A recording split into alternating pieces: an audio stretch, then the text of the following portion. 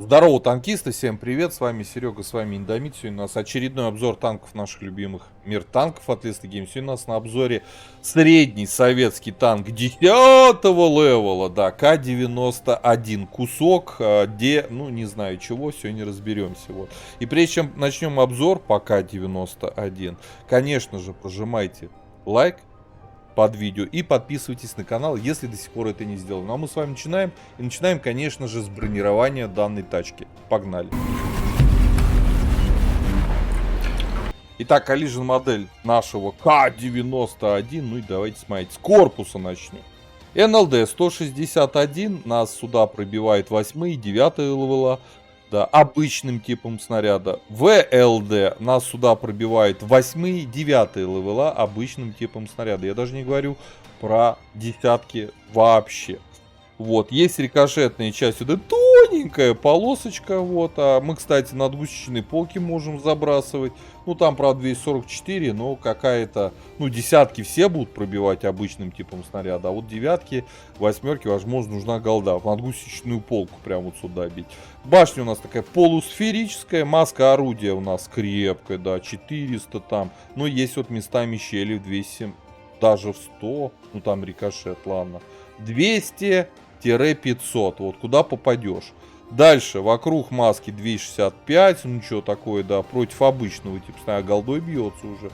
Но, правда, вот много у него мест, вот, есть вроде бы 274, раз, а рядом уже 313, 400, потом ведем 400, 4, раз, опять 253.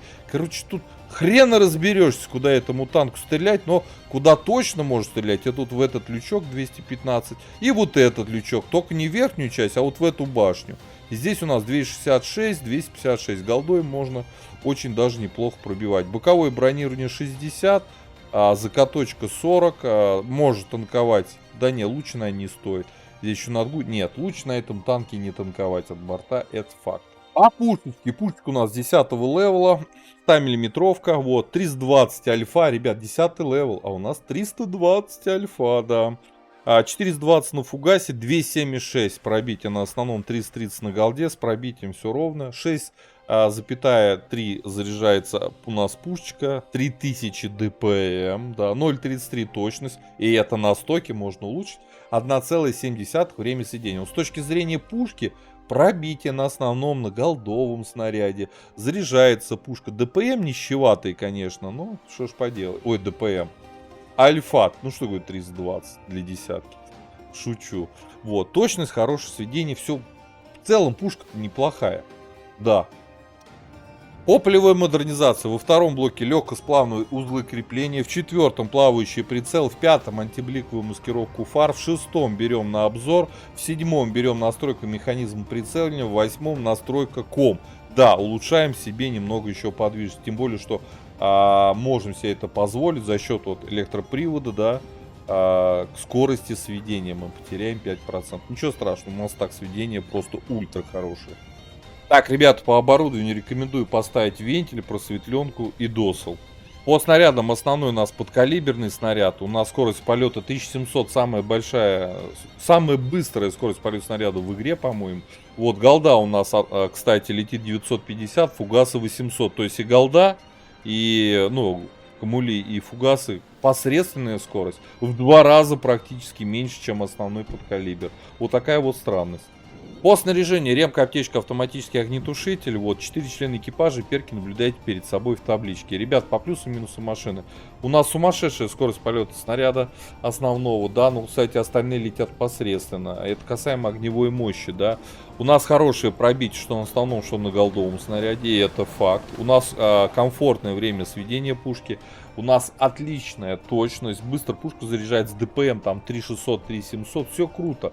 Но только нас вот здесь пытаются обмануть. Пишут минус 9 у ВН. Но это ведь по краям с бортов спереди-то минус 4. То есть нас уже начинают в цифрах обманывать. Раньше такого не писали. То есть вот сколько спереди, столько и пишут. А по краям как раз не пишут. Вот спереди минус 4. И это жуть. Это жуть жуткая. Вот, по количеству ХП 1950 норм. По мобильности в цифрах, опять же, обман. Смотрите. 55 вперед, 20 назад, почти 19 лошадей на тонну. Танк должен набирать максималку, просто лететь и ехать максималку. Этот танк не набирает 55. Он просто их набрать не может. И набирают свою максималку очень долго. Ну, не максималку там, до 50 он кое-как разгоняется, вот. И набирает очень медленно. Поэтому, может быть, здесь даже турбина зайдет. Не знаю. Просто на вентиле на просветленке, вот дальше мы будем смотреть, у нас хороший обзор. 493 метра. Поэтому я поставил именно просветленку и вентиль. По незаметности все хорошо, просто перк у меня ни у кого не вкачан. Ну, 32-34% раскачать факт может. Ребят, предлагаю уже отправляться в бой, отыграть и забыть про этот танк, что он стоит у меня в ангаре. Очень он мне не нравится. Кто-то тащится от скорости полета снаряда. Я нет. Погнали.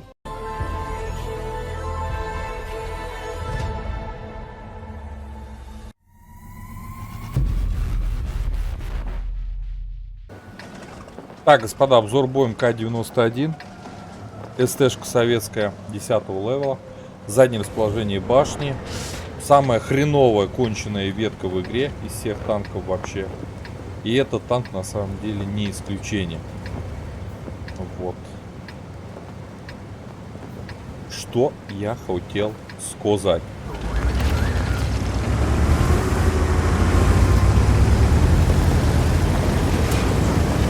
Блять, что происходит? Куда 277 поехал? Поперек просто поехал. Мне надо на отстрел ехать и ему. Он куда-то на зеленку.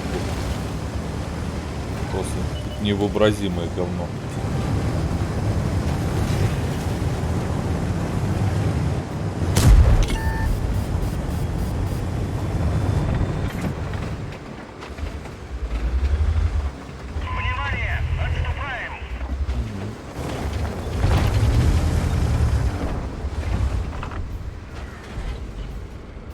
Перекатка-то будет? Нет? Походу нет.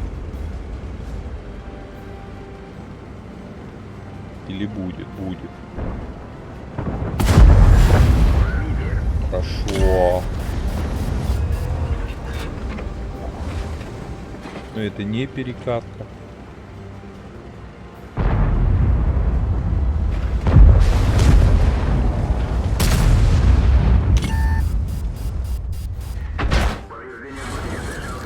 И там еще арта стоит у них. Перекатки не будет, ладно. В башню мы его пробить тяжело. Потеть мы так не собираемся. Нам это не надо.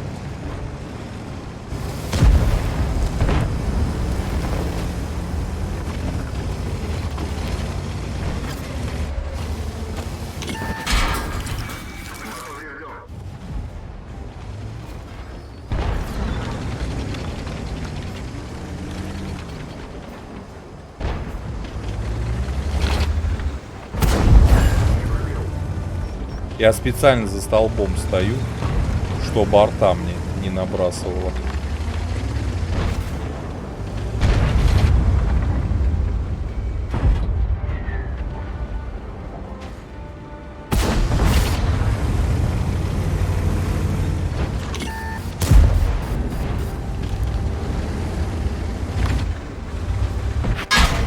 Ты погляди, выехал где, а?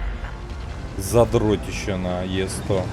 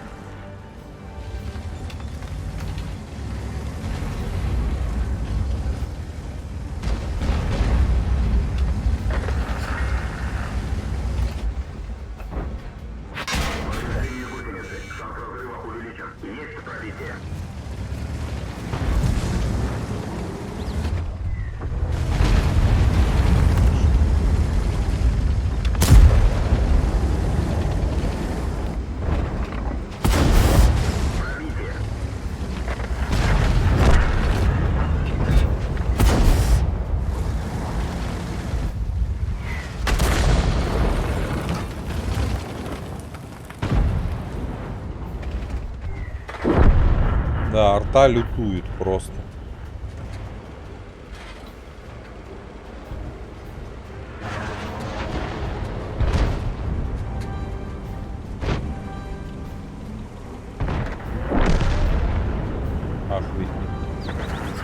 Охренеть.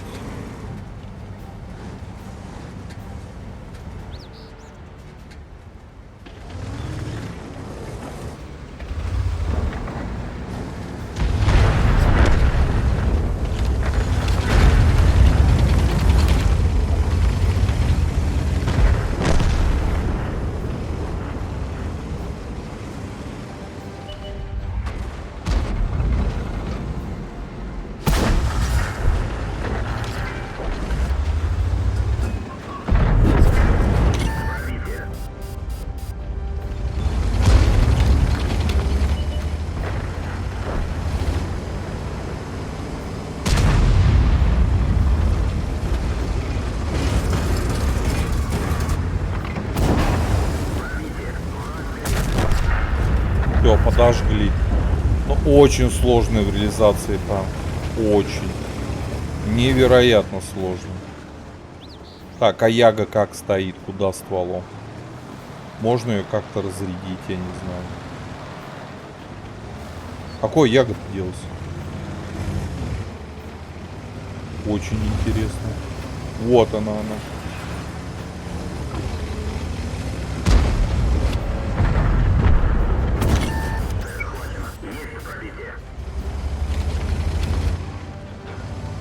Преследовать.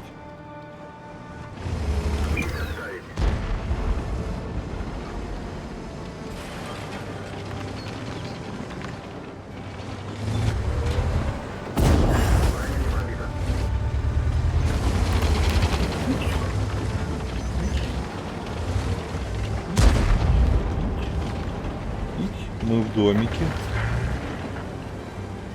Ну и стоит.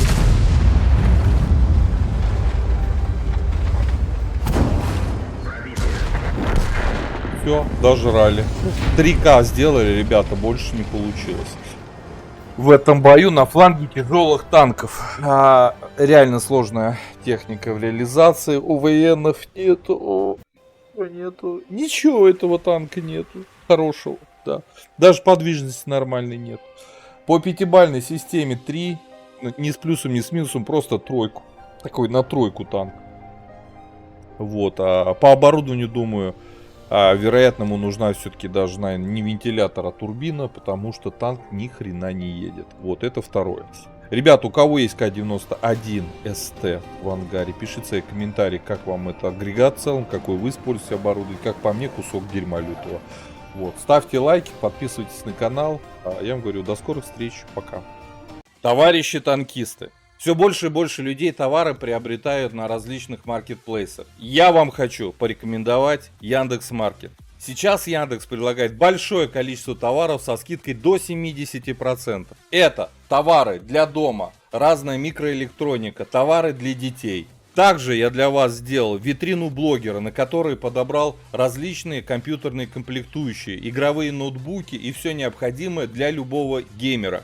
Ссылку на товары Яндекс со скидкой до 70% и на витрину блогера Индомита вы найдете в описании под роликом. Поддержи брата-танкиста лайком под этим видео, подпиской на канал, ну и конечно прожми колокольчик, чтобы быть в курсе всех новых стримов и самых последних обзоров по нашей любимой игре.